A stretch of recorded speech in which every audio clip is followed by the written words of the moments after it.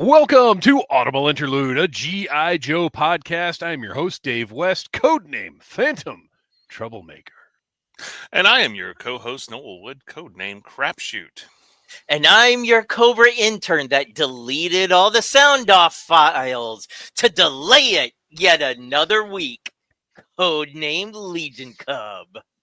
Yeah, no sound offs this week. We're just going to keep stockpiling them and then do like a 6-hour marathon episode. No, we've got, not only do we have the sound offs from today, not only do we have a sound off from our new YouTube memberships system, but we have the sound offs from 2 weeks ago that we were not able to get to. It is going to be it was going to be a mostly sound off episode, but then we ended up with a whole bunch of news anyway. Maybe not a whole bunch, but more. It's going to be longer in the news than we expected it to be. But before we get to that, I want to tell everybody to follow us wherever you listen to your podcasts. Click on that follow button, give us a like, share the show, 5-star review, do the stuff you know you need to do to support the show and to help it grow. This is the Needless Things YouTube channel, and I got to tell you right now, we now have memberships. That's right. The Patreon didn't really do the trick, but the Needless Things YouTube memberships, I have a really good feeling about how this is going to work out. It's a much more streamlined system. It is going to be much easier to keep up with and provide the content, and it's all going to be in a central place for everyone that signs up. There are 3 tiers for this one. The first tier is Cherry Picker. For $1.99 a month, you will get access to exclusive emojis and badges made by me. These are not like pulled from some website. I made these. And also access to polls that will help you determine what we do, not only on Audible Interlude, but on the Needless Things channel, as far as movie reviews, interviews, things like that. You'll also be able to give input. When we have an interview coming up, I will post to the members questions or a forum where you can submit questions for any interviews that we have coming up. And we have a lot of interviews coming up. I'll go ahead and tell you right now, since we're live, anybody watching, if you have questions for Michael Charles Hill, Zika Toys, Tim Seeley, or anything about Battle Action Force treasuries, sign up so you can submit your questions. And that will be for all membership levels. You'll have the opportunity to ask questions for those interviews. But those are just some of the interviews we have coming up. I am expanding. We're doing a lot more interviews in the coming year. The second level is Collector, where you will get early access to every video review that goes up on the Needless Things YouTube channel. And you will have comment priority, as in, typically with comments, my day off in the office, like usually every other Friday, I'll sit down and answer all the comments. But with comment priority, as soon as I get the notification that you've commented, I will engage. This will be as close to instant as you can get. And then finally, the completest level, you will have exclusive access to live chats, live streams, which I'll explain in a minute, and exclusive videos. Once a month, I will put up an exclusive bonus video that is for completists only. The completist level is $9.99, and part of that level is you will be able to watch us live as we record the audio episodes of Audible Interlude. So those segments that we do every other week for the audio episodes, you'll be able to watch just like you're watching this right now.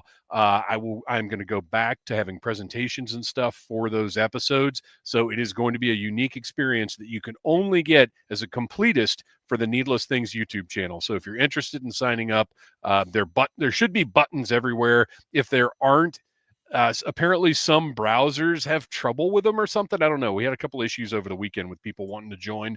I will send you a link. Just hit me up at Audible Interlude Podcast on Instagram, which reminds me, please follow Audible Interlude Podcast on Instagram. We have a wide selection although not as wide as it once was, of Audible Interlude merchandise. More to come as the year goes on, but check the pinned stories at Audible Interlude Podcast on Instagram, and that will give you a link to our TeePublic store where you can get yourself some gear. And if you show up to an Audible Interlude live event wearing our gear, you will get a free itty bitty ditty bag. Woo! All right, I hope you've restocked. I will not be doing the memberships pitch every live stream, but it just launched over the weekend, so I wanted to be sure I got into detail. Like I won't be doing it that extensively. I'll just be mentioning it from here on out. Speaking of the Needless Things YouTube channel, guess what's coming up right around the corner? 2 weeks from today, it is the return of the Joe Rumble. January 27th, live here on the Needless Things YouTube channel, the Joe Rumble returns. If you watched last year, or actually, could they watch last year? Or was that just, I think that was just audio. I think it was just audio. Or no, it might have been exclusive to Patreon. Yeah, probably. Because it was right after we launched Audible Army. Yeah, yes, I think that's right. So I think the Patreon members were able to see it, but it was an audio episode. This time, if you are if you're watching, you'll see it.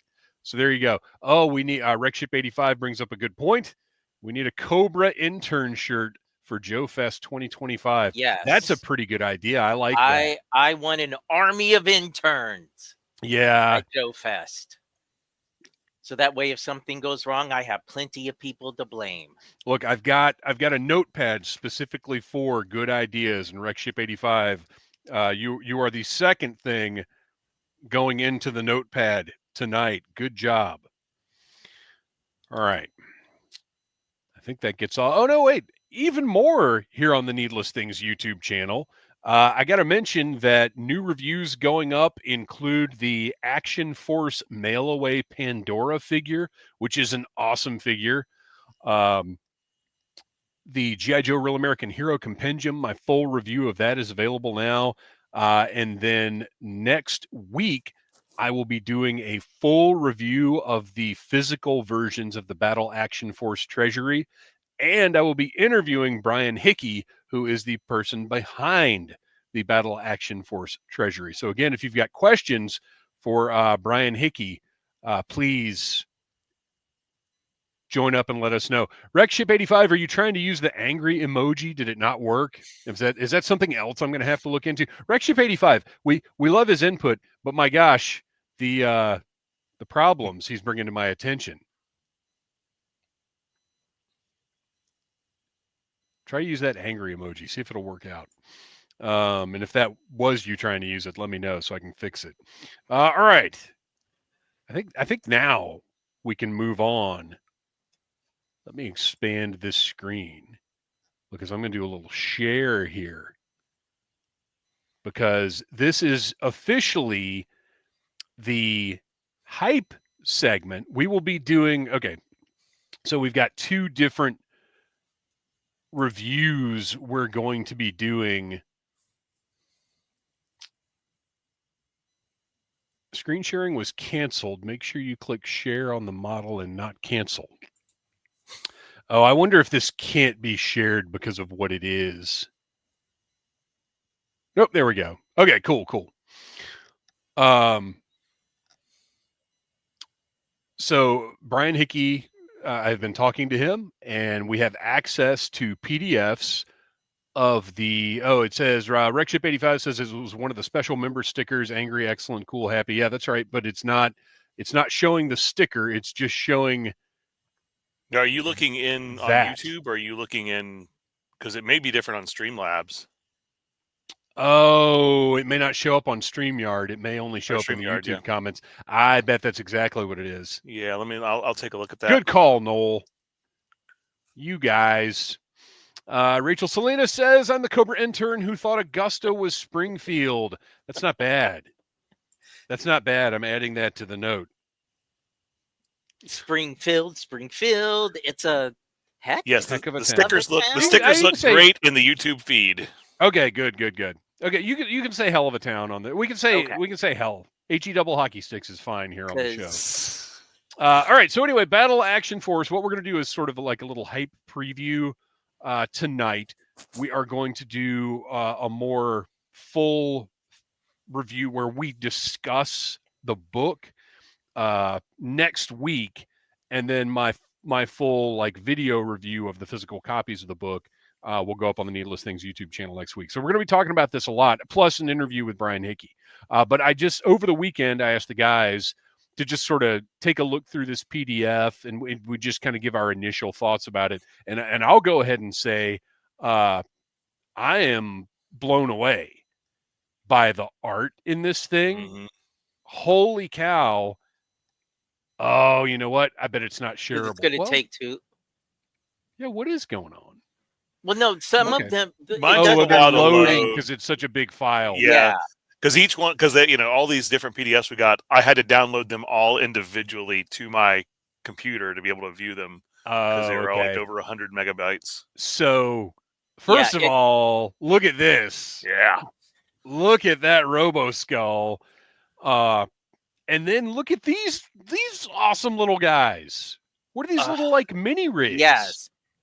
Let me tell you, so from having looked at the toys of these online for so many years now, to see them in the comics, it makes me just want them that much more. Yeah, there's so much stuff in here I have never really seen, and I apologize for anybody watching just flipping through stuff, but again, we're not doing a full review. We're just doing kind of a sizzle, if you will. But I mean that right there is my new. It's the new screensaver on my phone, right? Because you mentioned the art, there is.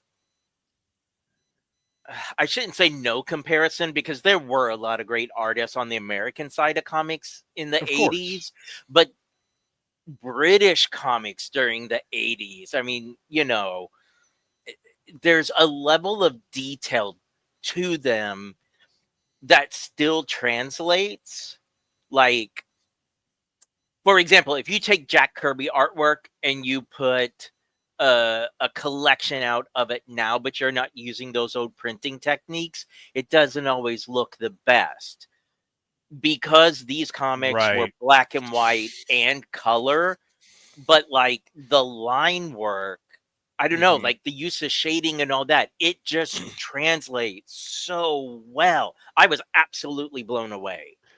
And they did the ones that are in black and white, they did the line work in such a way where they could later fill them in with color, unlike some black and white books that you couldn't do that with because they use so much shading. But I really appreciate it because everything really popped on this, and like these colors are so vibrant and bright, and maybe it's just our copy. I'm sure they probably enhanced it a little bit from the original prints. Look at that, guys. Look at his eyes. Yeah. Oh, he looks nuts. Yeah. And British comics ability, because these aren't like, we love Larry Hama's comics, right? These are not that. There is a certain level of seriousness, but also a certain level of they're absurdity. Content-wise, they're way crazier. Like, that's the best way of putting it. Doctor Who, Avengers, like the wackiest of James Bond. Right. But tonally, it's more serious in a way. It's a very interesting difference in what we're used to. Yeah, because like Baron Ironblood, there's certain panels of like when they are in other countries taken over and whatever, and like he never takes that helmet off, and it's just so absurd. It's an upside down garbage can, but everyone is afraid of him. His whole outfit, he's just he's got this white like tunic thing on with this he's such a ridiculous looking villain, but if we had gotten that early on in G.I. Joe, we'd be used to it. We would sure. That's I mean, because honestly, it's no more absurd than Raptor or You said ridiculous, but I think you meant awesome. Oh yeah, it's awesome. I love it. I love it. I'm just saying, like, as someone, there's a specific panel I'm thinking of where they are in this other village and they've more or less taken it over. But he's like, "Oh no, I'm going to let you vote me in as your dictator, Right, because right. we're a democracy." And this is all happening by this man wearing this helmet. And I'm just like, that I would have a hard time not having the nervous laughter from Okay, that. so real quick, this jumped out at me as I was, because again, I haven't done any deep reading on this. I've just kind of flipped through it so far. But I have to point out this profile for the Black Major at the bottom of the page. The Black Major, a former Action Force member. So he used to be a good guy. One of the best trained Marine commandos in the world before his capture by Baron Ironblood. Sophisticated brainwashing turned him into a dedicated and ruthless follower. Brilliant military commander and tactician, totally emotionless, the Black Major carries out Baron Ironblood's orders without question. Like, that's dark. Mm-hmm. Yeah. It's not even that he was a good guy who turned. He was a good guy who got captured and brainwashed, which, granted, Joe's done plenty of brainwashing. We're familiar with it. Dr. Monev is just like, Yeah, right. Hold my beer. This doesn't get undone. Right. There's one of those in one of the other volumes in the black and white that has Carlos, and he's using a snake as like a whip. Like, it's, and I'm like, they would never draw our gung ho doing that. And that is awesome. Yeah, I'm not going to share any more because I don't want to just sit here zipping through these PDFs that Brian was generous enough to send along to us. But I hope that gave everybody a taste of the style, and just looking at the vehicles and the colors, everything about it. I'm very, very excited to dig deeper into these. Somebody mentioned a few weeks ago the Battle Action Force Treasury, and I had said, look, it's just, with as much stuff has come out, I'd love to read these, but now is just not the time for it. So I feel very fortunate that we've got the opportunity to get into these and learn more about, the more international aspects of our favorite franchise. So I'm excited about this. And like I said, in the next couple of weeks, we're going to have so much more information about these comics coming out with, again, Sunday, the Brian Hickey interview will be released. Monday, well, it won't be Monday. It'll be Wednesday. I'll have my video review, and then next Friday, our audio episode reviewing these, giving a deeper review of these will be up. However, if you are a member of the Needless Things YouTube channel, you will be able to watch that review live on Monday as we record it. So keep that in mind. And you can, if you just Google Battle Action Force Treasury, and you'll find the listings for these. I don't know yet if the individual volumes are available separately, or if you can only buy the 3-volume set. In the press kit that they sent, there were 2 links. The UK link, you can buy them individually, but I didn't have time to check out Skeletron yet, because that's the American Right. link for them. Rexship 85, I wonder if Skybound is able to have any of those Action Force characters show up in the Energon universe. That's an interesting question. I don't know what the status is of all of that. I have no idea. And actually, Rexship, if you'll remember to submit that when I put out the call for questions for Brian Hickey, I'll ask him about that. I would imagine he would have some kind of idea. Right. So yeah, Battle Action Force Treasuries. Check those out. And now it's time for some news. Let's see. Oh, I got to get rid of my screen. I'm going to get confused here. There we go. So did you guys see? I can't remember if I sent you the link to it or not. Very interested to hear your reactions to the Toylanta exclusive. ATL 25. Yes. Well, the Yeah. PowerCon / Toylanta. First of all, that's the big news. Yeah. Is that Toylanta has partnered up with PowerCon, and it will be both. Oh, look at this! One of our pals, Tom Henry, here for 10 minutes. Fang 2025. I think it'll happen for you, buddy. Well, first of all, the fact that it's a Toylanta exclusive is another awesome thing. But it's okay. It's premiering at Toylanta. Right. It will be available to pre-order at conventions throughout the year because it's there. There are some caveats to this figure. You will be able to pre-order it at the conventions. But still, looks pretty cool. It's essentially like this is if that Cobra Island heavy duty / roadblock had looked like this, I would have picked it up. The very first of the I guess it was the second roadblock that they released that warmed shelves for 3 years. Oh, it's still warming Target online. It is still available for $18.99 from Target's website. Unlike some other things that we're going to discuss tonight. So yeah, it looks pretty cool. I don't know. I've gone down because it's not Mythic Legions, but it's like Cosmic Legions. Oh, is it? It is Cosmic though. I wasn't sure if it was some other thing. No, because of the helmet. One of the things I've noticed with some of their last Cosmic Legion stuff is head sculpts that would fit. Wait, real quick. Let me point out that says ATL 25, which leads me to believe, ATL 25.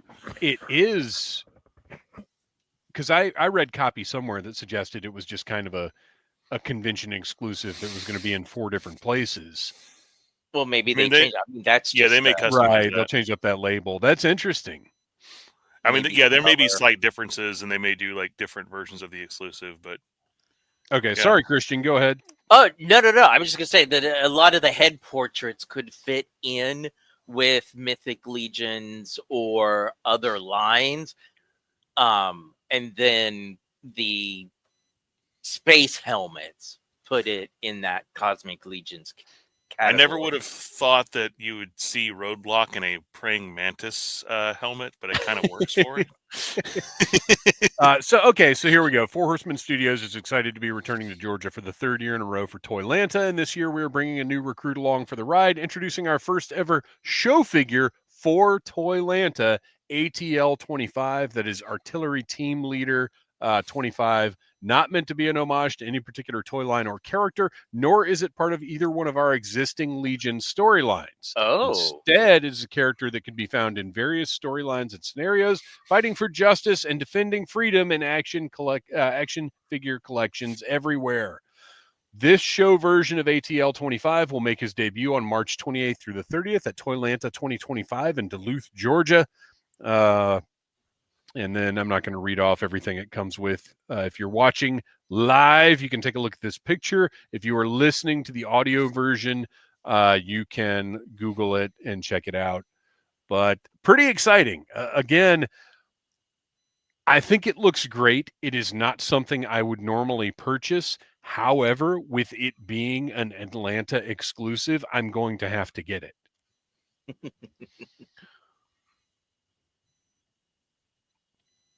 Let's see. ATL 25 will be sold directly by the Toylanta team, not at the Four Horsemen tables at this event. We will, however, have lots of other Legions for sale at this year's show. We will have a standard version of ATL 25 available at storehorseman.com later in 2025. Okay, so yeah, Noel, I think you probably nailed it. Is that decal with the ATL 25 is probably going to be I'm thinking maybe the 3 accessories that are kind of off on their own towards the bottom corner are what make it special. Right. There could be different accessories for different things. I would imagine those are probably just repurposed Cosmic Legions, like existing 100%. Cosmic Legions things, which is fine. I mean, that's the way you do a cool, exclusive. All right. So pretty cool there. Once again, somebody figuring out a way to get me to spend money that I'd really rather not spend, but that's okay. Speaking of spending money, I got this message last night from PayPal with no notifications whatsoever from Pulse about what it was for. Or, I mean, I knew we all know what's coming soon, but I was just like, usually you get the will be shipping soon, I think. Then you get the charge. Then you get the shipping notification. Yeah, but did you guys know that, like, we entered a wormhole and it is October of 2025 now? right. Or is it December 2025?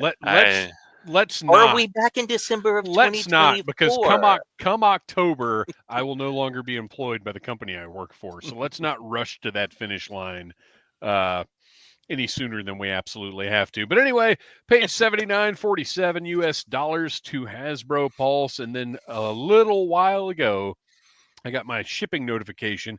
Oh, man, I made up a logo, or I started making up a logo, and I didn't get to finish it. I've decided that DHL stands for damn, how long? So unfortunately, DHL will be eventually delivering those figures, but I did go in and cancel my Amazon and Big Bad orders because that's what we do. So the 3 figures are Xandar, Leatherneck, and Saw Viper. Dial Tone is not yet in anywhere, so I did not cancel my Dial Tone from Amazon. We'll just see who gets that in first.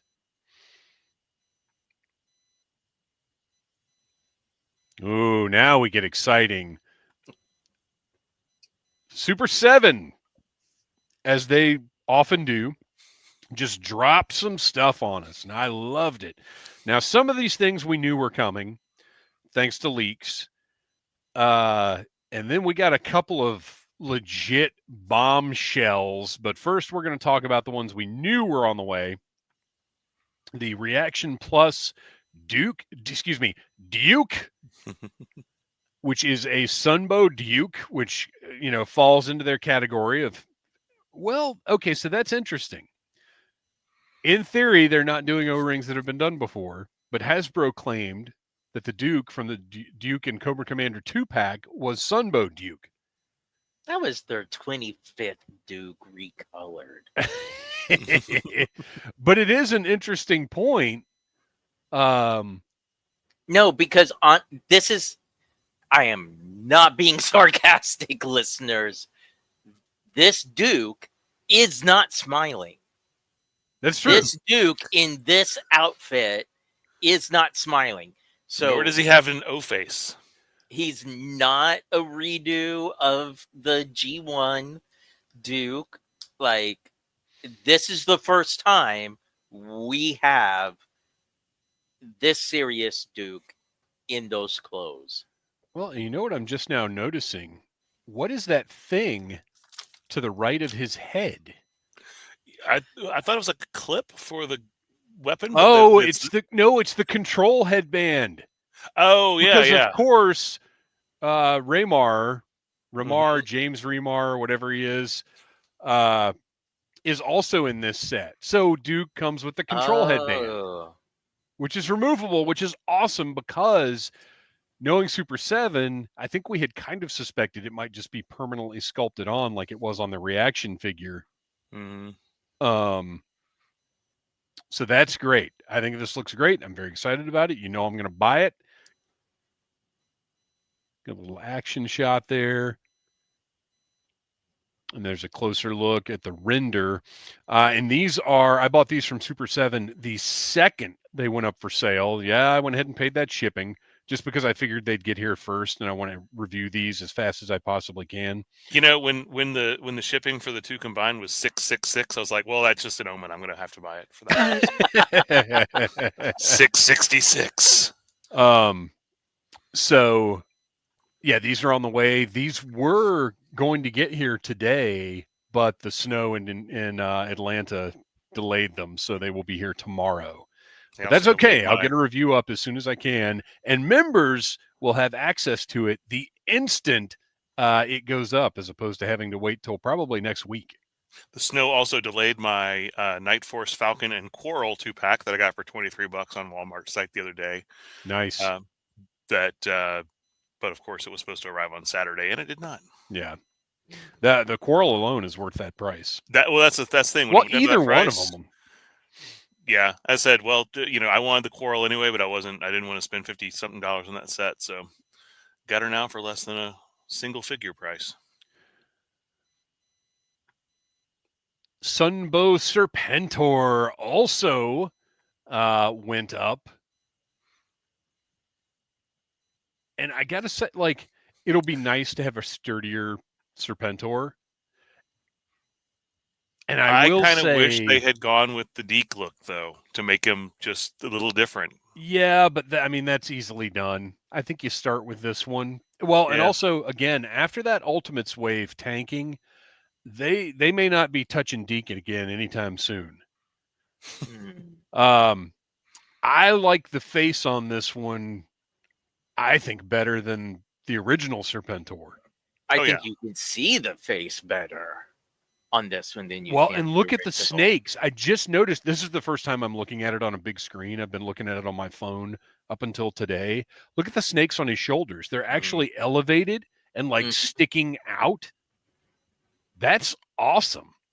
Now, is the cape, is it just plastic, I presume? Like a vinyl? No, it looks like it's soft goods. Because they don't normally do soft goods, do they? No. Oh, Super 7 loves soft Well, I mean, on this scale. I know they do them on the Ultimates, but... No, it's soft goods because you can see the frame. Yeah, I guess so. I'll be interested to see what kind of quality that cape is, though. Because it doesn't...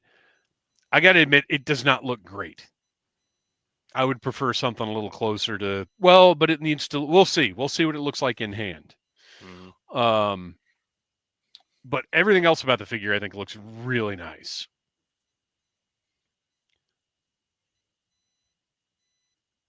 And then we get to the main event. We have been talking about figures of this character since this show started 5 years ago, almost 5 years ago. And holy cow, look at that face. Oh, well, that's not a good shot. Look at that face. Yeah, like I was blown away by this guy. But we said if anybody was going to do it right, it was going to be Super 7. And yeah. And the size, it is a large figure. There were those who doubted that would said, oh, he'll just be the same size as the other ones. No, this is a big boy. Look at him on that card. Go back to that posed figure picture. So does he have a swivel arm? That's what I was trying to figure out. Oh. Well, even if you can't, like, this may not be a final version of the figure. Yeah. And the render really doesn't tell you anything. If they didn't put a swivel arm on it with all of those rings going around the biceps, that's kind of crazy. Well, the only thing that I could see is that perhaps just because that lower arm is so much bigger that it might not be as feasible to put it on that spindly top part. But I mean, I'm sure they could do it. Yeah, you can't really tell from the pose either. As a matter of fact, again, this may not be a final version of it.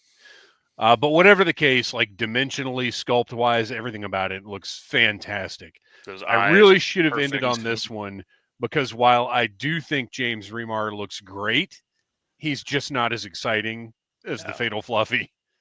No. And of course, we knew this was one of the ones that we knew we were getting when they first leaked those listings. Right.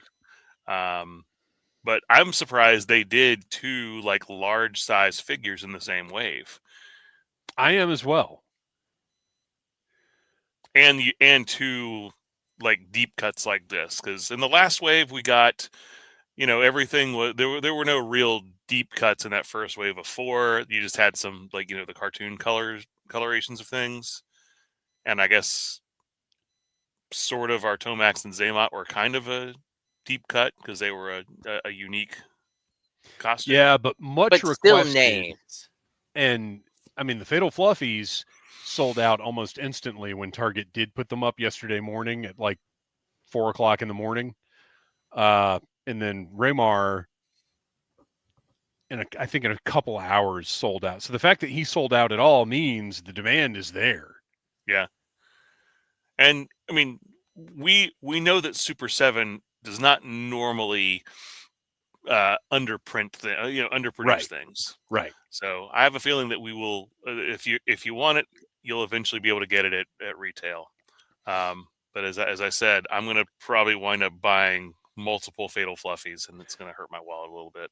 The only thing we know for sure right now is that they're Target first exclusive, but they will be on Super 7's website later. I don't know if other retailers will get them or not. That has not been clarified. But Super 7 they had the bats in stock for a long time once they hit their website. So I would think Fatal Fluffies will be, they're going to be popular, but I think you'll have an opportunity to get them.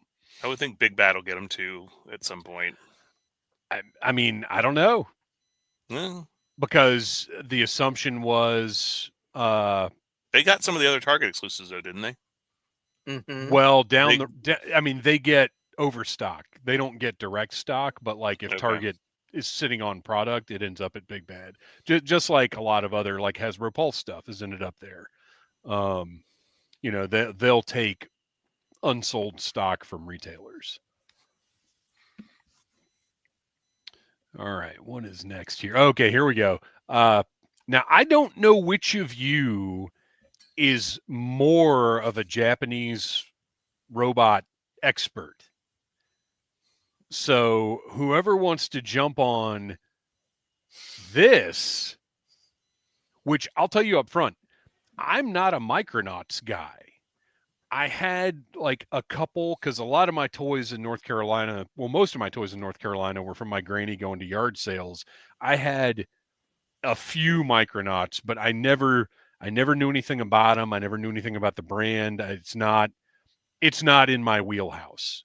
So what is going on here? First of all, I think this looks fantastic, but I don't know, Jack. I'm not a huge like Micronauts guy either, but I do know that this was an odd choice for your first run of 3 3/4 inch O-ring figures, because this was what we're looking at for those who are just listening is the Baron Karza Reaction Plus Micronauts. But if you are a Micronauts fan, this was the best figure for them to start off with, but he was a bigger scale figure initially.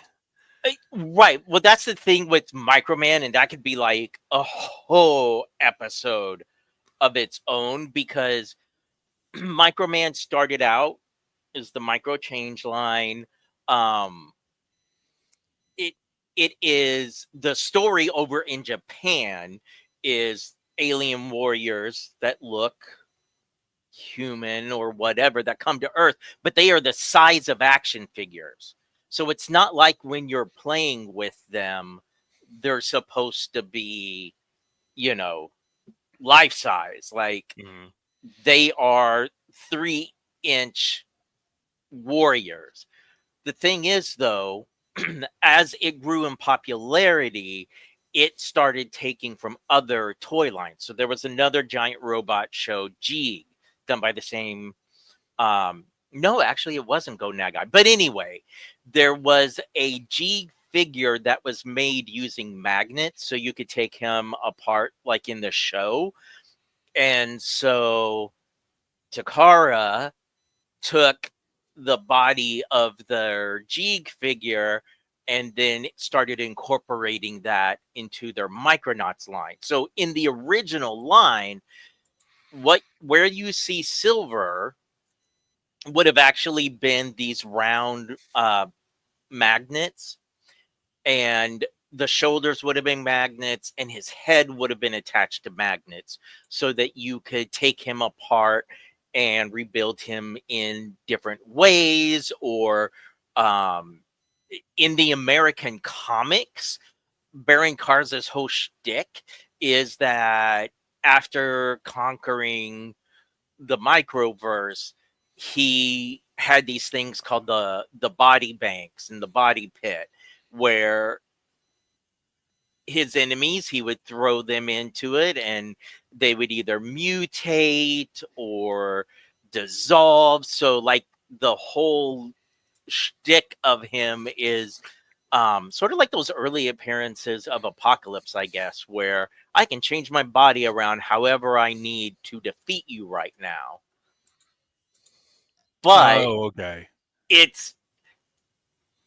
I know they can only stick with the toy line because Marvel owns the rights to the Marvel characters from the Right. Micronauts comics. Kind of like the so ROM situation, right?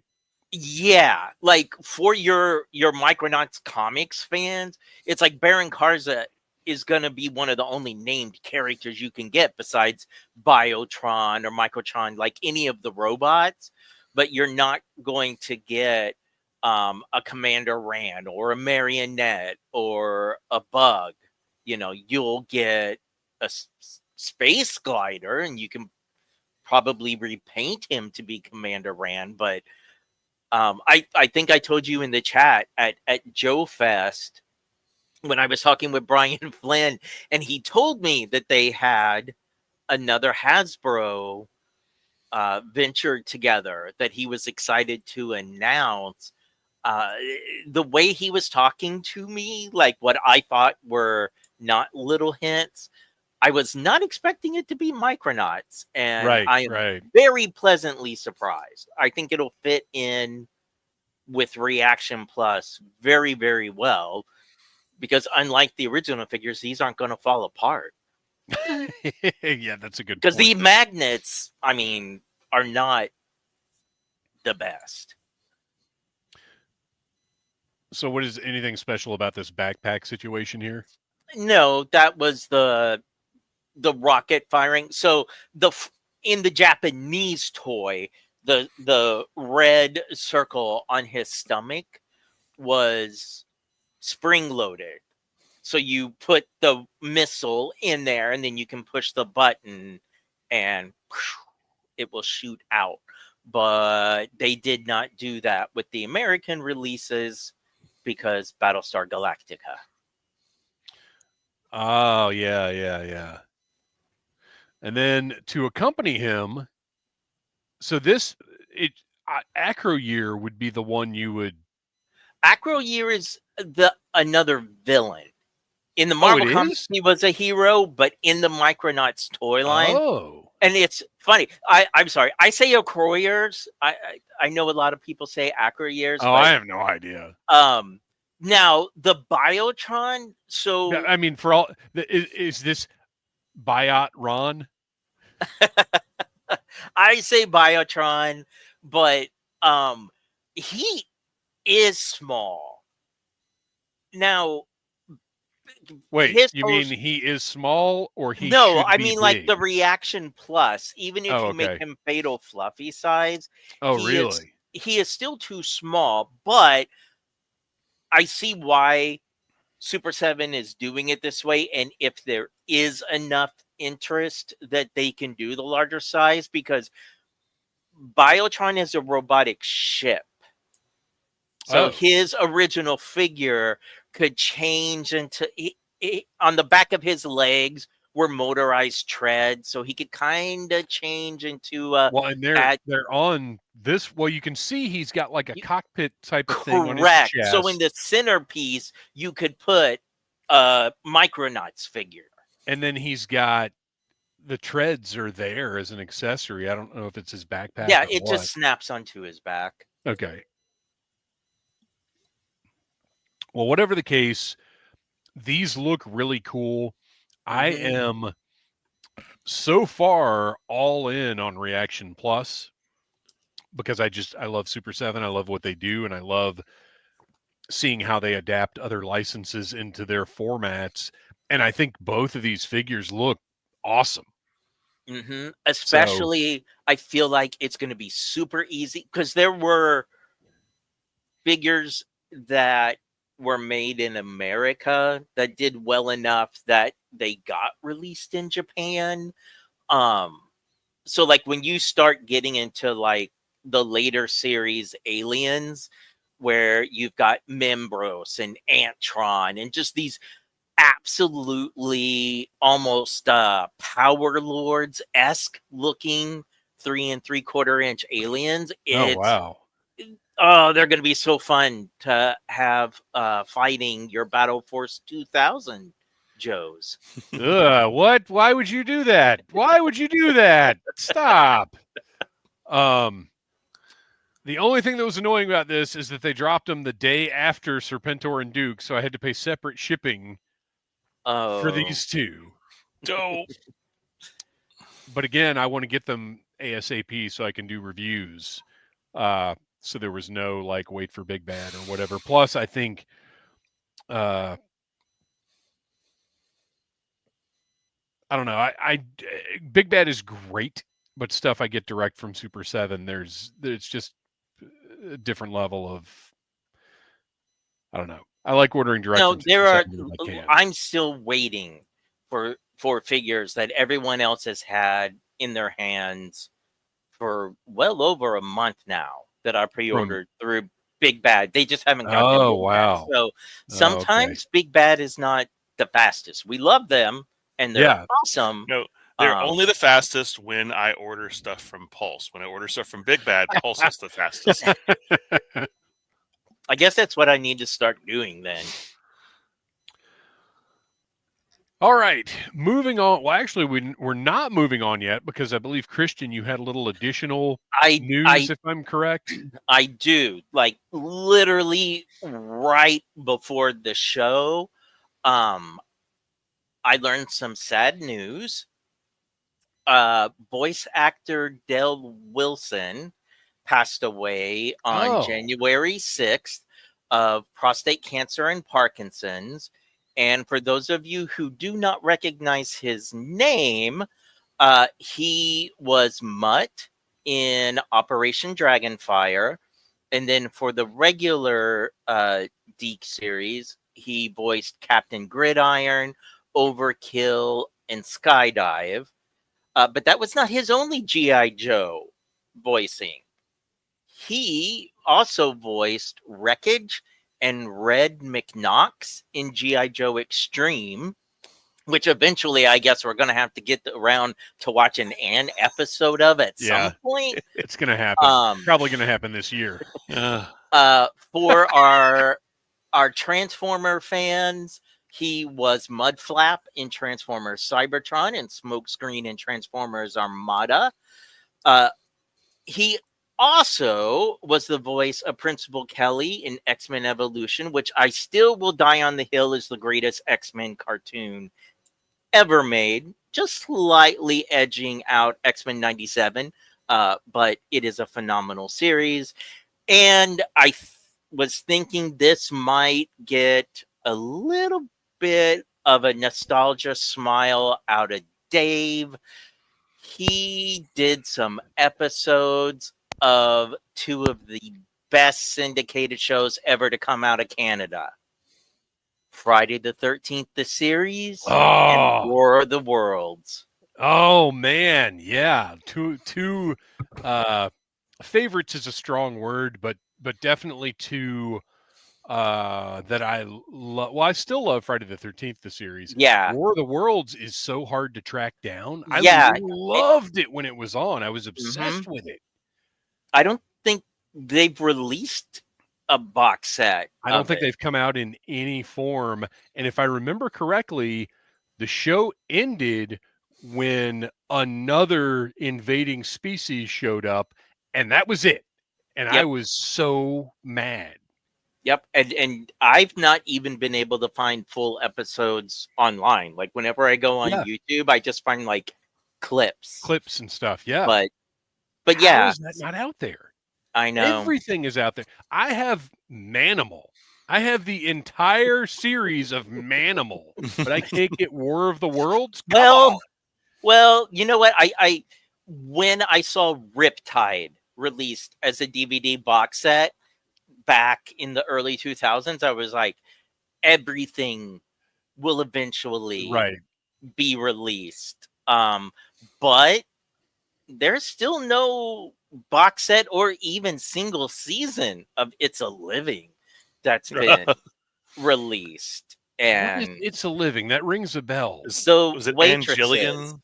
it is, because Angelian is a goddess. It's about a bunch of waitresses that work in a high rise. I remember the name. I bet restaurant. if I heard the theme I remember song, the but I theme wouldn't know song. it. Yes. Huh. But this is about Dale Wilson. So right. everybody, just, we lost another Joe family member. Well, there is a silver lining to that. And it is this. Fellas, do you realize that it is the 30th anniversary of G.I. Joe Extreme? It came out in 1995. We didn't do something for the Wow. 30th anniversary of Sergeant Savage last year, though. Well, we're going to do something for the 30th anniversary of G.I. Joe Extreme, darn it. Nobody brought up Sergeant Savage last year. I think we went an entire year without mentioning. No, because we mentioned. We might have gone a whole year without mentioning Sergeant Savage. So sorry about that, pal. But G.I. Joe Extreme stole your thunder. We got that great Iron Claw fella. Oh yeah, 94, 95 was Sergeant Savage. So yeah, they did run concurrently very briefly. Yeah, because Extreme, according to the Extreme IMDb page, Sergeant Savage is a character in the cartoon. I don't remember if he was in the toy line, but he is in the Extreme cartoon. Oh, weird. Yeah. Wreckship also points out we also lost Aaron from Roma Collectibles this week. Which I was going to talk about a little bit later. Oh, okay. Yeah. All right. Well, we will talk about that a little bit later. Because for now, we have got some serious sound offing to do. My gosh, we have got a backlog, and we're going to get through it. We may get through it tonight because we are recording our review of G.I. Joe: A Real American Hero #3 as soon as we are done here. The logistics did not line up to get that ready for members in time, but going forward, all of our comic book reviews will be included in the membership live streams. So look forward to that. All right, guys, are we ready to address these 2-week-old sound offs? Actually, no, we are starting with Wreckship 85 because he is a member here of the Needless Things YouTube channel. You can see his little new member badge right there by his name. And he gets comment priority. So going forward, if we run out of time for sound offs, we will still get to the members' comments from our locally posted sound offs. So Rickship85 says, what biome or battlefield should classified focus on next for troop builders, a la Pursuit of Cobra? This could mean there are existing units in a redeco or brand new specialty units. This is, oh man, look at this new member just joined, Todd Brattrud. Welcome to the family. Excellent. Right here live during the show. I appreciate it. We appreciate the support, and we look forward to the level of engagement we're going to have with you guys. So this was interesting because initially I was thinking specifically about land, sea, air, desert, snow, like that. But then bringing up sort of redecos of troops, my initial answer was I would like to see more aquatic themed stuff, just because that really is kind of my favorite specialty amongst everything. But thinking of redecos, I wouldn't mind some more alley vipers, but I want them a little more colorful. I Like the would, yellow and black. yes, the yellow and black. They did a more red Isn't there a one. purple And one? it might have been Pursuit of Cobra. Yeah, there's a purple one. Like, I would like to see some of those other colors of alley vipers, and if they could vary up. Obviously, I guess you kind of have to stick with the shield, but if they could vary up some of the accessories a little bit, maybe give them environmental specialties, I wouldn't be mad at an Arctic alley viper. Well, Like, and they even changed the shield up with the G1. yeah, because they did the They did one that was Cobra. actually It was the Cobra Cobra shape. logo. Yeah. Yeah. So Yeah. I would like to see some more variants of that figure, because we've really only gotten two so far, right? The regular and then the crimson. Crimson, yeah. Yeah, I could I've use always some more of thought those. that like doing more like urban themed like Joe and Cobra characters would just in general be kind of fun. And like you could do, like I've always thought about Firefly being like the leader of a Cobra urban assault group, and you could have your Night Creepers and you can have your Alley Vipers. You could introduce a couple more characters with them. In like Firefly camo. Yeah, I'd and be into that. I oh love yeah, my absolutely. matchy team colors. And then you have like a Joe team led by Shockwave, and you can get some more like Yeah. some Joes to oppose them as well. And they're not quite Night Force, but in more of like an urban camo.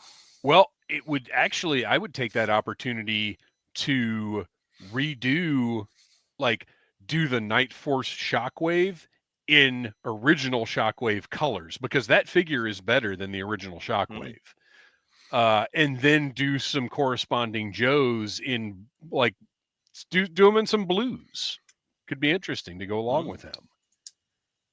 Kristian, what jumps to mind for you? So my answer actually changed because of the past couple of days of reading Battle Action Force, because and we'll talk more about it in our reviews, but it got me thinking more of the British military and all the different levels that they have. So I was thinking the one thing we haven't had yet in Classified is Space Force. I really like that name as well.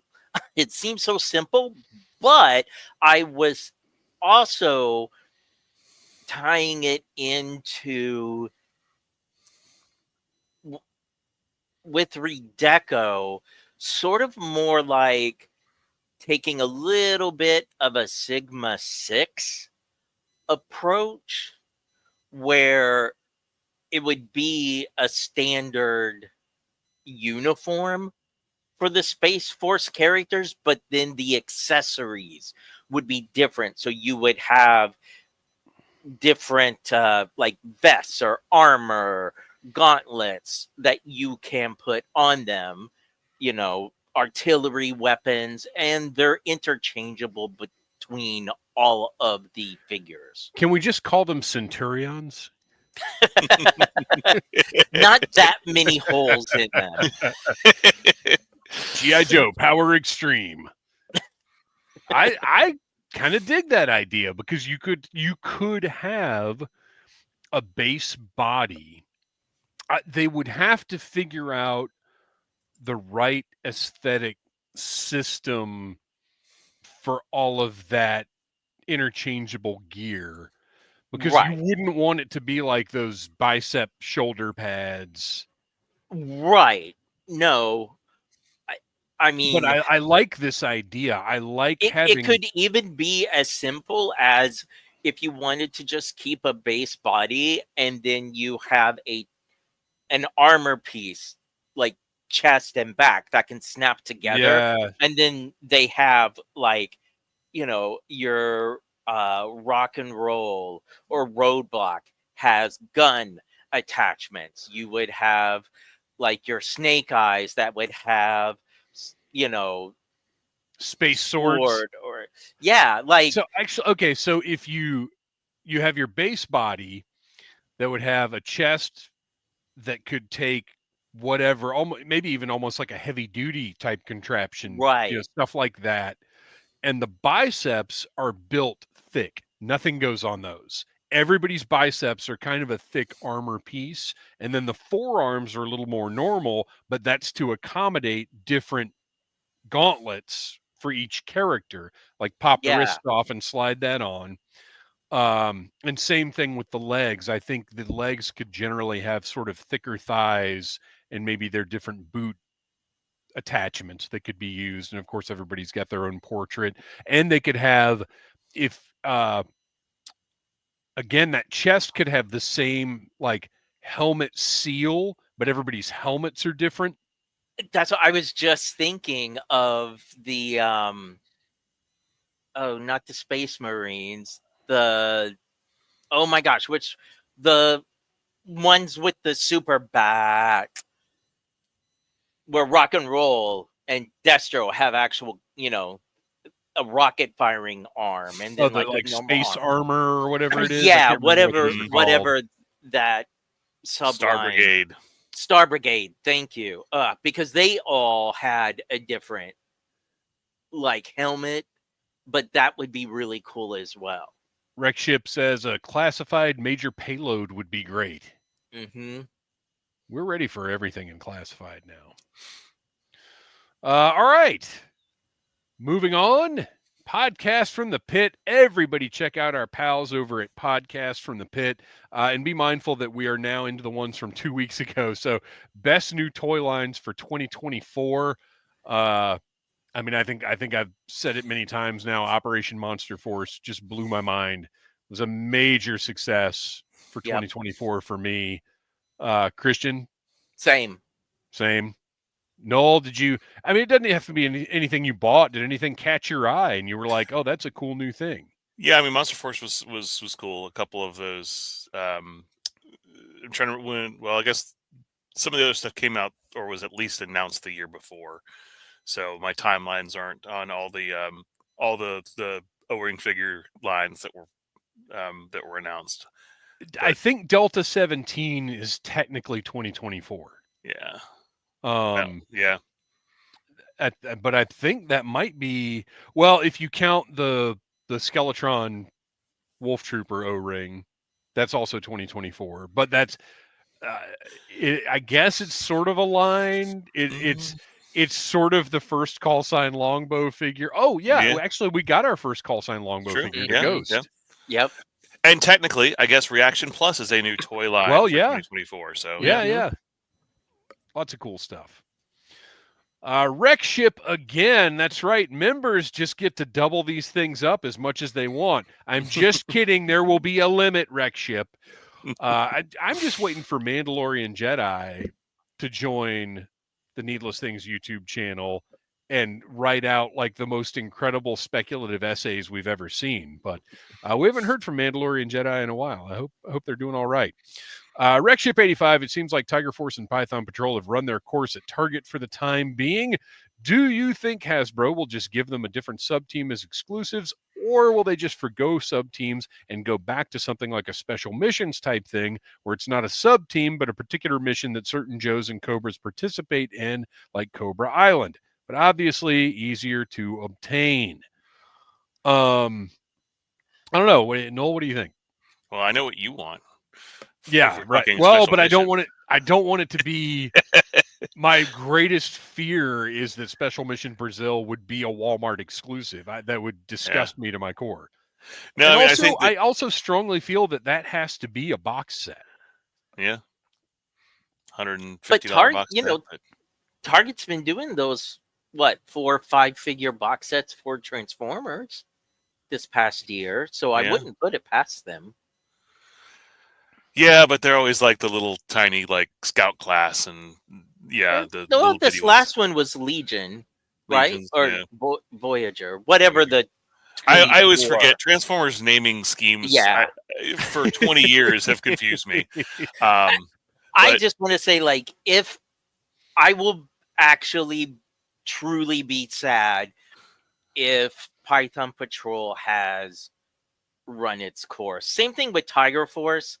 Not that I liked a lot of the Tiger Force deco and I didn't get a lot of those figures. However, and this will be more for my Joe and Tell, but looking at what Super 7 did with the reaction line, Yeah. it's kind of bummed that some of these original original Python Patrol decos we're not going to get to see, or no one's going to have yellow banana snake eyes. Well, and if you go into the 2000s in those box sets, there are other great Python Patrol and Tiger Force decos. Like, I would love Tiger Force Jinx. Yeah, Tiger Force Shipwreck. Whatever happened to that? We were positive that was happening. Yeah. Wasn't there even a listing for that at one point? Or am I crazy? I think there was a listing. No, there was supposed to be a Tiger Force Breaker. Remember? Breaker, yeah. Mhm. Yeah. Or Which not, never existed initially, so. Right. There was, nobody's ever, I'm not going to say there was supposed to be. I wonder, though, if that was because they did the Tiger Ram, and since he was initially with the Ram. No, this was way after. Was it after that? Yeah, this was just recently. This was just a few months ago. That was so certain that people, like reliable people, were saying this Friday Tiger Force Breaker goes up for pre-order. Like, who knows? Maybe it'll still happen. I think that was Full Force. Like, straight up said that. I could be wrong, but it was a reliable source said that. I think we got just about every Python Patrol character that they ever did from the original, because they didn't really do that as much later on as they did with the. Did they do some of the 25th line?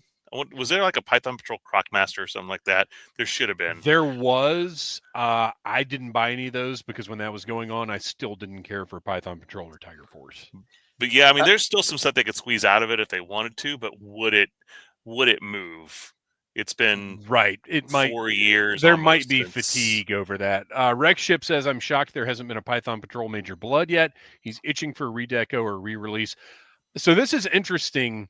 Python Patrol Major Blood has been one of those like floating rumors for a couple of years, really since Python Patrol started, and I wonder where that came from.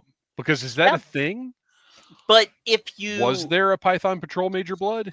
I agree that he's due for a refresh. But if you want to continue the Python Patrol and the Tiger Force lines, as much as I liked, Python Patrol Copperhead, that's not who you put out. You put out Python Patrol Destro, a Python Patrol Baron, Major Blood. Like, those are the characters that your casual shopper are going to recognize as well. Yeah, that's a good point. I mean, if you anchored some of those waves with some of those heavier hitters, top level characters, you'd probably move more. That's a good point. So what do we think they might do next? To be honest, I don't know. I don't have any idea what I don't. We've already got Night Force out there. We've got Marauders out there. So Marauders were not a retailer exclusive though. No, but they've done the sublines, right? Like most of those ones from that era, unless we're going to start getting into some of the wackier ones that were a little bit less specific later on. But it's difficult because Python Patrol and Tiger Force were all repaints. Mm-hmm. All of the other sublines are new tooling type deals. Yeah. Well, and Night Force is repaints, but like anything else, once you get into like Sky Patrol and stuff like that, that's not repaints anymore. Yeah. Unless they decide to make them repaints, which would be kind of whack. So I hope they don't do that. All right. Silent Interlude with a tone poem? What do we got here? Silent Interlude commented, I was thinking about a 007 Let's Freaking Go ring. There are so many iconic allies and villains. First series is GoldenEye. Brosnan, Bond, Sean Bean, Famke Janssen, Alan Cumming, Judi Dench, M, Robbie Coltrane, Jodan Baker, CIA guy, Moneypenny, Old Q, Thank you for specifying that it's old Q. Russian Colonel with brown shirt, Troopers pack, cool helicopter, a playset, GoldenEye satellite dish playset. Once this is a huge hit, we could expand it to Connery, Moore, and Craig waves. Lazenby and Timothy Dalton have to share wave 5. Also, I got my compendium from Skybound, and it is really nice. There is a lot to unpack here. First, I will say that James Bond was absolutely on my Let's Freaking Go ring list, and it may well have been on one of you guys too. I don't know. There's just so much to cover that I was like, we couldn't fit that into a single. Well, here's what's brilliant about what Silent Interlude says. Initially, I was like, GoldenEye, why would you start with Brosnan? In my opinion, the worst of the Bonds. But the GoldenEye video game still has huge cachet to it. It's probably the movie I'm most familiar with only because of the game. So I saw the movie one time, but I've played that game so much that like I still remember all the characters. So against my initial thought, GoldenEye is the perfect choice for the first wave. And but I would go so far as to say you do something crazy like a convention exclusive 4-pack where they look like the models from the game because people would buy the heck out of that. I don't know if you do that as an O-ring though. I think that would be a cool convention exclusive for somebody who has the Bond license, but I don't know about O-ring figures that like that. Reaction. You could do reaction figures like that. Yeah, you could do reactions. But I think you at least have to have a chase figure because even if you're sticking to any other Bond movie, to have a James Bond first wave and not have Grace Jones Mayday in it is, I'm pretty sure, a federal crime. Or Jaws or Blofeld or there's the problem though is there's so many characters that you can get in. Here's the issue though with the way that modern toy companies work. The first wave would not be GoldenEye. It would be like Brosnan Bond with like Teehee and Goldfinger. Like every toy company somehow just screws up when they get a franchise like this. They can't just do waves of like Wrath of Khan. Just give me a freaking Wrath of Khan wave. Why do you have to cherry pick these characters and give us these garbage waves of like 2 figures I really want, 2 I will not buy under any circumstances. I don't care if you give me a shirtless Ricardo Montalban Build-A-Figure. I'm not buying your stupid Star Trek what is the Discovery figures. I'm sorry, I lost control a little bit there. I should have expanded the screen. No one's going to buy Discovery anymore because they've essentially erased it from canon. So Will R, I must respond. What? Brosnan, worst Bond? Big Timothy Dalton fan, huh, Dave? Yes, I think Timothy Dalton was a much better Bond than Pierce Brosnan, and objectively might be the best Bond. If you are going by the original novels, I feel like Timothy Dalton was closest to how Bond was described in those books. Now, is he the most entertaining Bond? No, he is not. That is Roger Moore. I love Roger Moore Bond because that's who I grew up with. And Roger Moore was. Yeah, you can't. I think For Your Eyes Only was my first theatrical Bond movie. I think was Octopussy 83. Yeah, I think so. I think that was my first one because I remember being very uncomfortable. It was one of those my mom took me to see in the theater. Very uncomfortable. But I know I saw A View to a Kill was the next 85. One after. It was 85. That was the next one after. Okay, so yeah, Octopussy and A View to a Kill I saw in the theater, and that made Moore my Bond for life. That was the last Roger Moore, wasn't it? Yeah, because he was 58 years old. Yeah. All right. Anyway, so yes, I think this lineup is fantastic. I think Reaction Plus or any kind of O-ring Bond, like any kind of consistent Bond line is a dream because I've got Sideshow did quite a few Bond figures, and I've got a lot of them, but those are big 12-inch like doll figures. They're not toys. I want Bond action figures, and I have for my entire life, and nobody's done it. And my only guess is because Ion is maybe very difficult about licensing.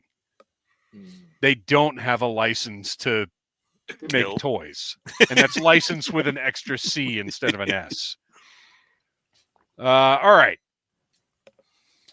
Tom Henry, I bet you can guess what he's going to say. Who would you like to see as a San Diego Comic-Con exclusive? How likely are we to see a classified Fang in 25? Once we get the Fang, it's a straight shot to the Hydro Sled. What? So I can't wait. Hydro Sled is going to be the next obsession. I'm okay with that. Kristian, what do you got for this one? So for the next San Diego Comic-Con, I really wanted to pay homage to Mr. Henry, and we're going to have an original Joe character, and it would be the Cobra Mercenary Fang. Ooh. So he would be a kit bash of, what was it, Wolf Spider and Dreadnought pieces, and that's what I came Noel up is with. having some kind of attack. What is happening? I just wanted to say that I can't wait for Hasbro to finally release a classified Fang. Oh, yeah. And you get this one. Hey, I'm down. I am down with that. And I do wonder, he's not with us anymore. I know he couldn't be here for the whole show tonight. But I would love to see Tom Henry's reaction to a Fang 2 being the classified release. I'm up for that. Rachel Salinas says Globulus is a San Diego Comic-Con exclusive. I would be all over that. That would fit with what they've done, I think. And the reason for it to be that is because when they do it, it has to come with the globe and the snake tail. Yep. You can't just do one or the other. But maybe that's how you do it. Is the San Diego exclusive version would come with the everything, all whatever that is, and then you could do the Skybound version, which is just the snake body, because that's really all I want. Will R scooped my heat because my choice was Super Trooper, and he says Super Trooper San Diego Comic-Con, baby. How about this, Will R? A Super Trooper with Pierce Brosnan's likeness. Can we meet in the middle there? And then as far as mine, oh yeah. I was okay for mine. While William Perry is still with us, we need to get him to do a fridge. Yeah, and I think that's a perfect exclusive. You can make that figure gigantic, like a lot taller, big. thicker. Even though fridge isn't really that big. Why not? Oh no. I mean, he was a big dude. He was like his figure was way smaller than the actual fridge was. Oh, I didn't think he was that tall. No, he's like probably 6'2", 6'3", but he's like, I mean, he was a brick house. Yeah. But yeah, do that, and you could do you could have him be the trainer, and you could like have some like training equipment to go along with him, so you could set up like a like an obstacle course for your Joes. Yeah, I like that idea a lot. Wreckship85 wanted to toss in for Globulus that it comes with a bag of spores. And I just want to add, if you pick yours up at San Diego Comic-Con, it will come with spores, whether they're in the box or not. If you've been to one of these conventions, you're getting spores. And if they do fridge, then he comes with a bag of s'mores. So I would be willing to bet money we're going to see a classified Fang in 2025. I have no problem feeling confident about that. At least get an announcement before the end of the year, I would say. And it's already been on the packaging for something, so I don't remember what it was, but it's been on the packaging for whatever. Oh, Starduster, right? Yep. Wasn't it on Starduster's packaging? So yeah, and Hydro Sled, let's go. I'm in. You know I want my weird vehicles. Although I will say, if the Hydro Sled gets slotted in before the Buzzbore, I will ride it. I will be texting Lenny my displeasure. Yeah, the Hydro Sled would come with the Eels V2. How about that? Yes. Yeah, I'm down with that. Yorktown Joe says Sky Patrol Vac Metal Fang. I love it. Will R says Destro Iron Grenadier with Despoiler. I think that's a great choice. And considering all the Iron Grenadier, well, the 3 Iron Grenadier things that we have, you got to feel like Destro is not too far off. Yeah. But at the same time, he's Destro, and I wonder if that maybe could just be a mainline release, like a box. Yeah, like maybe not showing up in Target, but could be a fan channel thing. Yeah, I think you have to do him. You have to do him with the Despoiler. You can't just do him on his own unless you because the maybe Despoiler's do a retro big. Oh, yeah, I agree. You've got to do it with the Despoiler, but Despoiler, like, that's bigger than a Trouble Bubble, right? Yeah, but it's not bigger than a Vamp. No. So you could do it. I would say same price range as that. Same thing. I was talking like Zanzibar with his Swamp Skier. That actually might make a decent exclusive. Yeah. Or his Skiff. All right. Hillbilly Harper, what toy line got you the most excited in 2024? Abs. Well, if we're talking abs, what are you looking forward to in 2025? Well, I think we've already covered Operation Monster Force was really the most exciting toy line of 2024. 2025, there's a lot I'm looking forward to that I don't know if actually is going to happen. There's an Earthworm gem line that was supposed to ship like 3 years ago or something that I'm really excited to see. A second wave of Mad Balls from that same company, Premium DNA, that I hope comes out.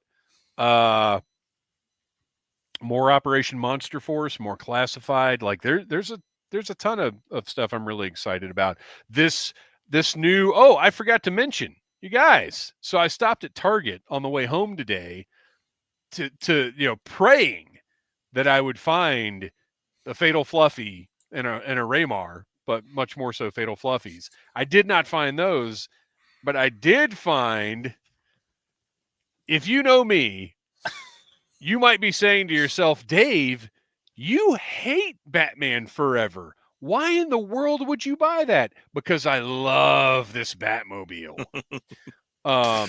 So I did find that at Target today, and I will be doing a review where I compare that Batmobile to the original version, because I do have that, because I used to collect Batmobiles before it got to be a really unwieldy thing to collect. But that Spin Master Retro DC line, did you guys see the leak? Or, well, the rumored leak about 1989 Batman and Joker, Batman Returns, Catwoman, Penguin, and Batman, Superman, Supergirl, Lex Luthor, and Nuclear Man, supposedly all in the Spin Master Retro line. So I won't say I'm most excited about that line, but I am absolutely extremely curious about that line. Because if we can get any kind of decent Jack Nicholson Joker, that would be a triumph. What about you guys? Anything you're looking forward to in 2025? So I'm looking forward to the Crimson Moon figures. Yes. Especially now. If they make it in 2025. If they make it, yeah. Fingers crossed. Rachel / Carlos says, waiting for those 6-inch Skeletron figures. Yes, 100% yes. Very excited for those. And we know those are coming. I think March might have been the last date that we got on those. Noel, anything you're looking forward to? I was trying to think of anything outside of the Joe stuff, because I've really tapered off of everything else. I was trying to remember if there's any exciting Lego license coming up, but they like to announce those and then drop them like the next day. Right, like immediately. Yeah, so I'm sure there'll be some upcoming stuff, and like the what do you call it? The creator expert line that I'll be looking out for. Daniel Rod 35. Classified is awesome. The comics are really good. Hope they continue and hope to see a live action or cartoon series, a good written one, in 2025. Absolutely. That would be great. Joey Gambrell, also a member, although this comment came in prior to that membership. In addition to all the great G.I. Joe toys we got in 2024, what are some of your favorite pieces of G.I. Joe media outside of the toys? If you're talking just in general, and we've talked about the comics, the cartoon, like we love all of it to some degree. But as far as 2024, the Energon universe, I think, is our overwhelming favorite. Mm-hmm. We're getting ready to review the newest comic from it as soon as we're done here. So yeah, I think Energon universe is, if you hadn't checked it out yet for some reason, you got to get on that. And you can read just G.I. Joe. Yorktown Joe points out this year, Call Sign Longbow and Operation Recall still on the way. Silent Interlude. I'm pretty sure we are into the this week's sound offs now. I'm pretty sure I followed RecShip85 on Instagram based on his participation in the Audible Interlude live streams. He is basically the fourth host of the show. This week, although he is still just a private. This week, he sent me an Alpine figure that he did a giveaway for, which is awesome. Yeah, I saw that giveaway on Instagram. That was great. Big thanks to him, and it kind of feels like something I should mention here. Absolutely. Always call out kindness in the Joe community. Thanks for bringing the community together. Also, the Classified Alpine is a very cool figure. I collected snow figures as a kid, and he was an honorary member because he had the jacket and was on the Snowcat box art. Nice. I like that. And you know what? If they want to do an Arctic Alpine, that would be kind of cool. Yeah. Just all white. Do a white repaint. I'm in. Mm-hmm. And then if you do an Arctic Bazooka, I think he has to have the parka. But you just put that snow job upper body on him. Boom, good to go. I would buy that 2-pack. Man, there it is. There's your next Arctic Force. Arctic. Do some Arctic repaints. That would be very cool. And they've already got, so many examples they can pull from the fiction, especially the stuff from G.I. Joe the movie. Yeah. You can do your Dr. Mindbender in his winter coat, and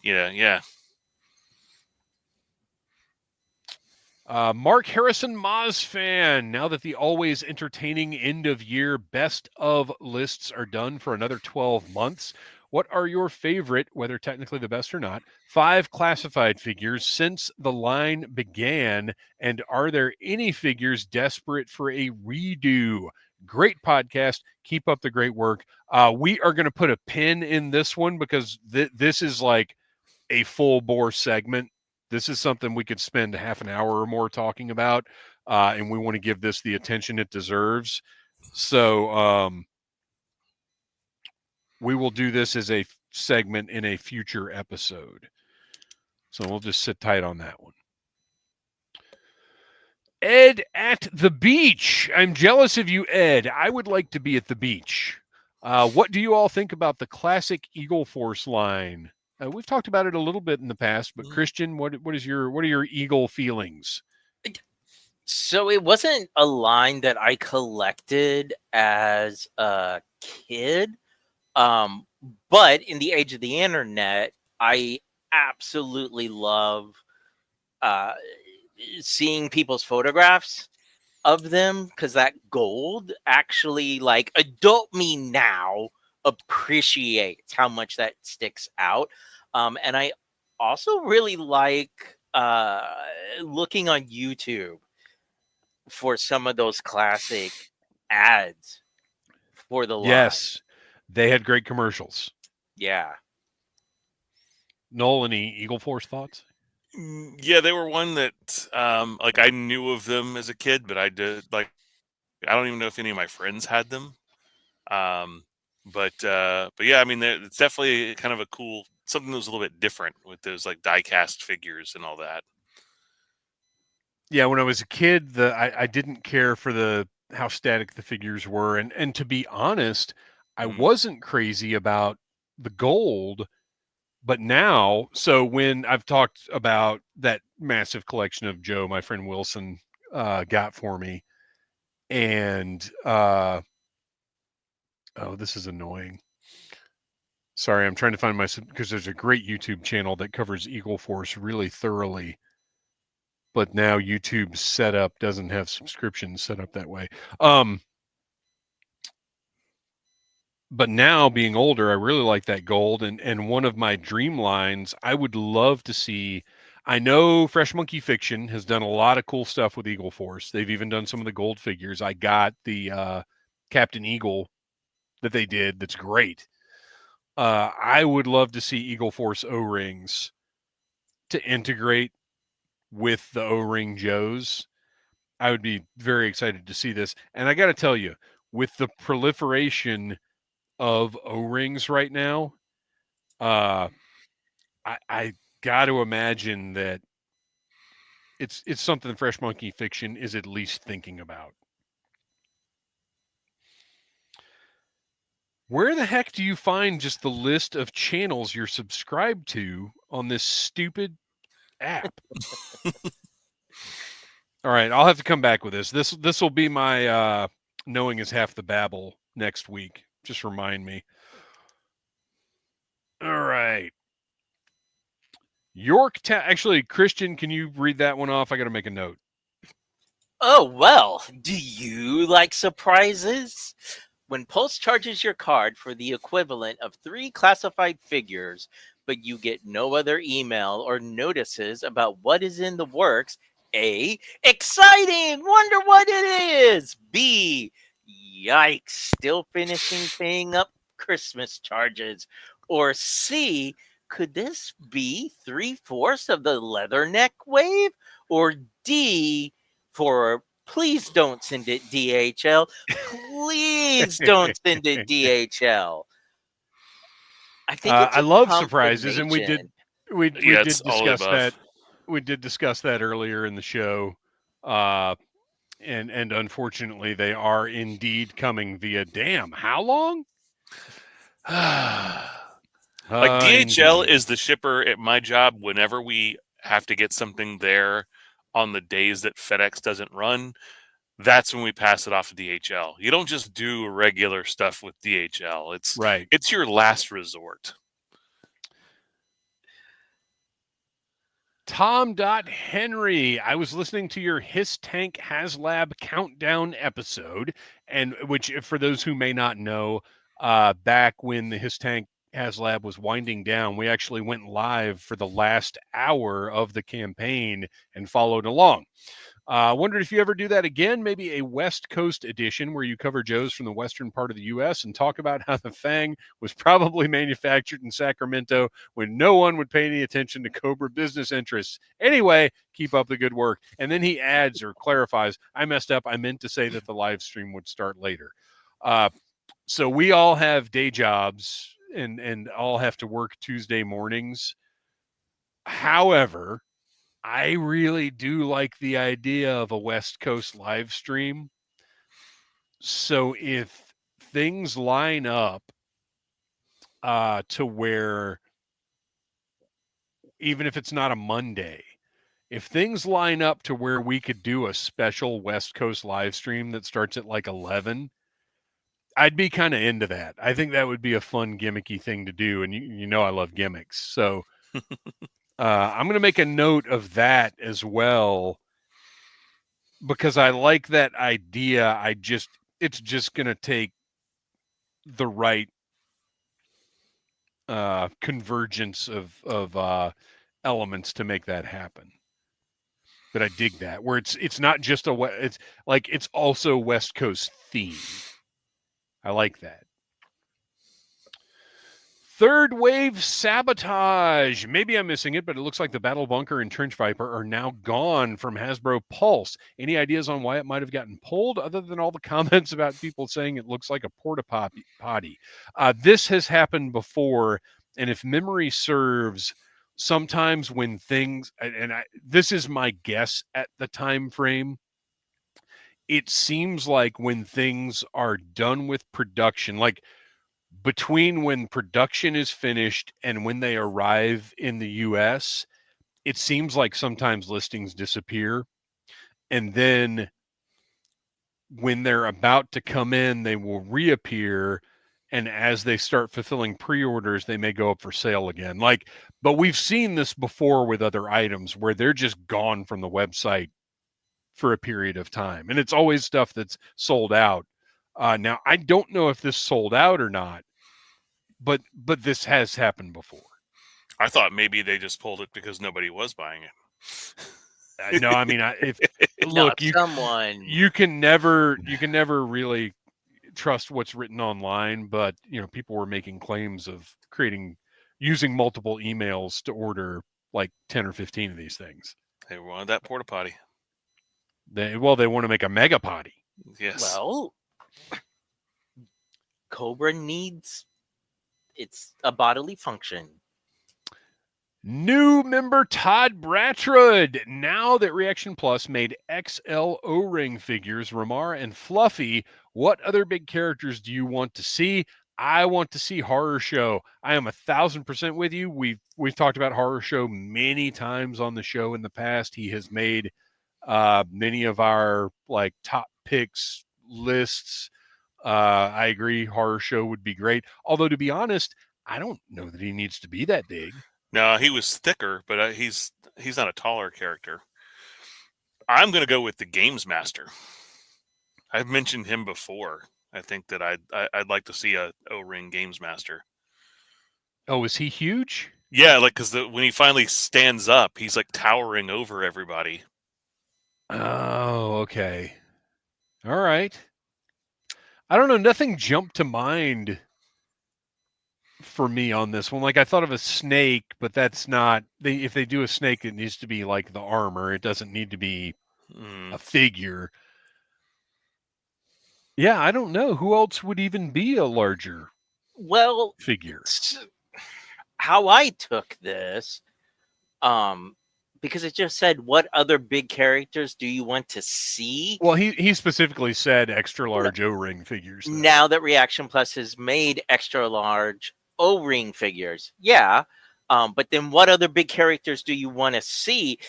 In the Reaction Plus line, I want to see that snake robot kaiju. I don't think that's what he was asking for. However, I agree with you. I agree with you. If they can figure out how to make that work in the O-ring line. I'm surprised they didn't just do that one as one of the extra large reaction figures like they did with the Unicron and the Devastator. What they need to do is make it as one of the super cyborgs. I mean, that's what I've been saying all along. Yeah. Is make that as a super cyborg. And honestly, I wish they had done that instead of the snake. I think it would have sold better. Mm-hmm.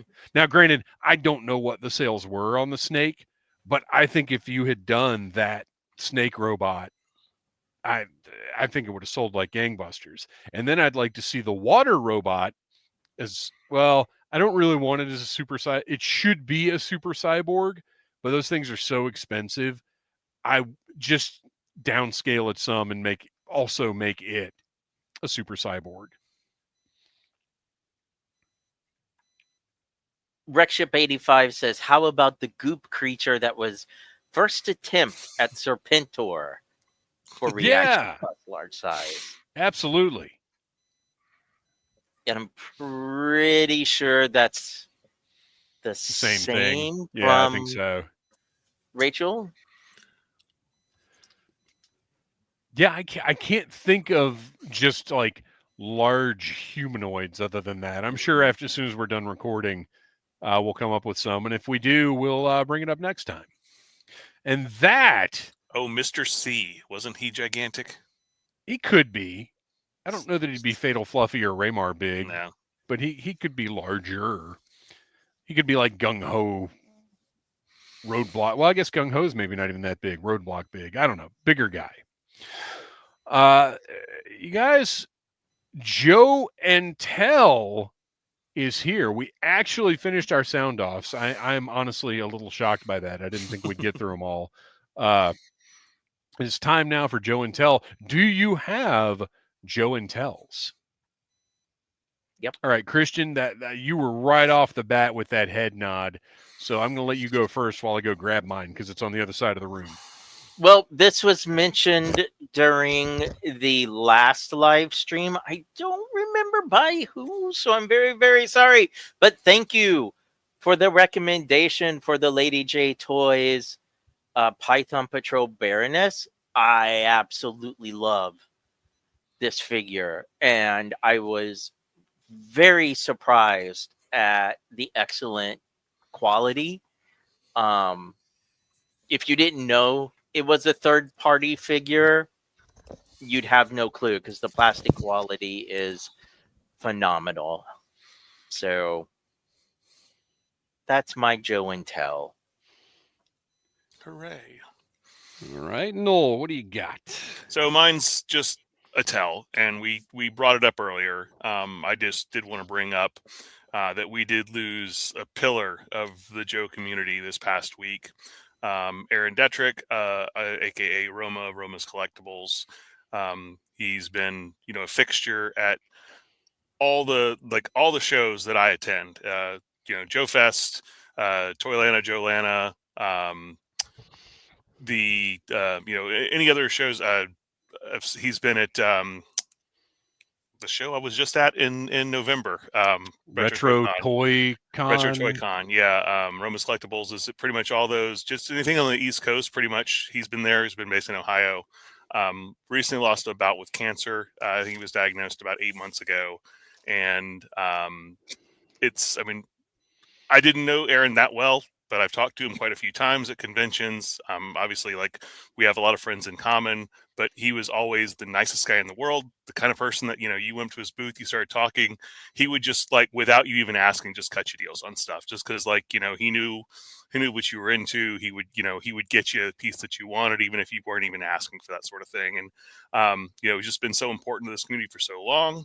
And it's extra sad because he lost his mother about a year before his own diagnosis, who also worked with him on, you would see her running the booth with him. So she was always, wearing her Roma shirt, and she was always helping him at the booths, whenever he was at conventions. And, just tragic, just to see somebody who was that vibrant, that just full of life. Obviously, I honored with a special figure for the RoboSkull at Joe Fest last year.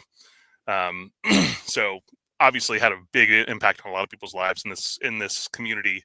And so I asked for special permission to say a word, but I won't. So instead I will say F Yeti Man CK Cancer. There you go. If I had known that you're I will say that new member of the Needless Things YouTube channel, Joey Gambrell, sent me, got an extra copy of Volume 3 of the G.I. Joe After Action Report, which is another thing that the Audible Army has brought to our attention in the past. And this thing is nuts. So this covers Larry Hama's IDW run of Real American Hero from 2010 to 2022. And it is an exhaustive resource of all of the covers. And if you know IDW, they did 12 variant covers for every issue. It has a synopsis of every issue. It has interviews with a lot of creators and people behind the scenes. Just tons and tons. It's hard to flip through something while you're holding it up. But this is a heck of a resource for comic collectors.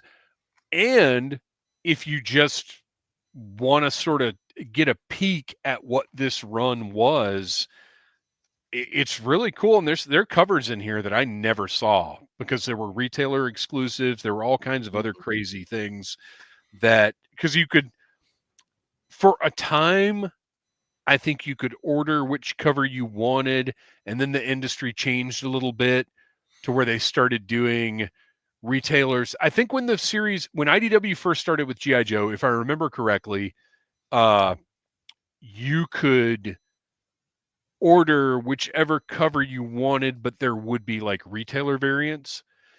And then the industry shifted to where every company started doing, well, your local comic book shop has to order this many of the issue to get this cover.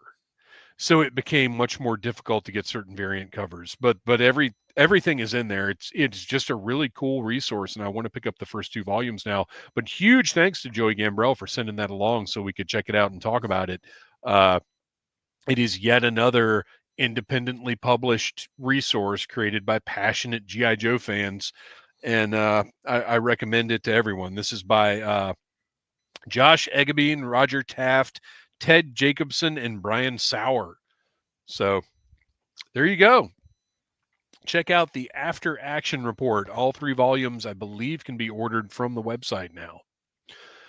And with that, that is all the time we've got for this week. That is more than the time we had for this week, actually, if I'm being honest. Please check out the memberships on the Needless Things YouTube channel. There are many benefits available, 3 different levels, and we will make it worth your while. Kristian, where can we find that toy photography you do so well? You can find me on Instagram under the name Legion Cub. Noel, why don't you tell us a little bit about The Finest? The Finest is an international G.I. Joe costuming group that raises money for a great organization called Canines for Warriors. I did just confirm this past week that we will have a booth. Our garrison, the Southern Command, will have a booth at Toylanta coming up in just about 2 months in March. So it's going to be a good time. We're going to be raising some money there. We're hoping to have a real big turnout because it's been a while since we've been able to do a show that big with so many of our members getting involved. Toylanta / PowerCon. Yeah, Toylanta / PowerCon. And yeah, I was talking to Brett, one of the organizers of the show, about that the other day, and he's really wanting to make this just be a huge all out deal this year. You tell Brett that I would love to do an interview with him. It's funny how many people I know that know people like that never say "Hey Dave, why don't you talk to this person?" Well, I didn't know you knew this person. Don't keep these things to yourselves. All right. Anyway, our music is by Andy Samford of electricminnowmusic.com. Please follow us at Audible Interlude Podcast on Instagram. You can send us messages there, but the best way to stay in touch and to stay engaged is with a membership of the Needless Things YouTube channel. We will be back next week for members with our full review of the Battle Action Force Treasury and other fun stuff that you'll only be able to see live if you are a member of the Needless Things YouTube channel. Until then, Yo Joe. Cool.